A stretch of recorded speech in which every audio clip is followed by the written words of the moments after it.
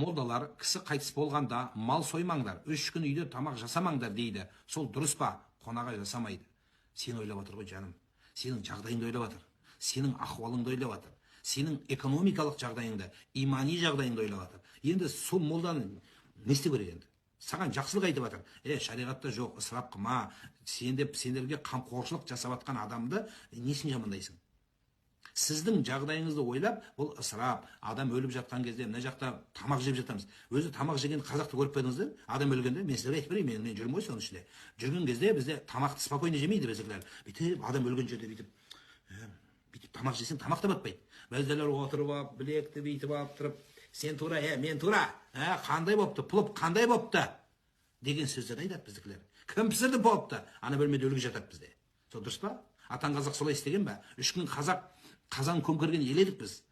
Сол үйге мүмкіншілігі болса көмек берген едік. Біз сол үйден бастап томайтын елге айландық бәріміз. Сол үшін шыққан сөз, өлік барын шашады, жоқтың артына шашады деген сөз содан шыққан. Сондықтан ол молда сен ойлап отыр. Сол молдаға рахмет айтып айналып кетейін. Сол ауылдың молдасына рахмет айтып, соған жағдайын көтеріп қойыңыздар.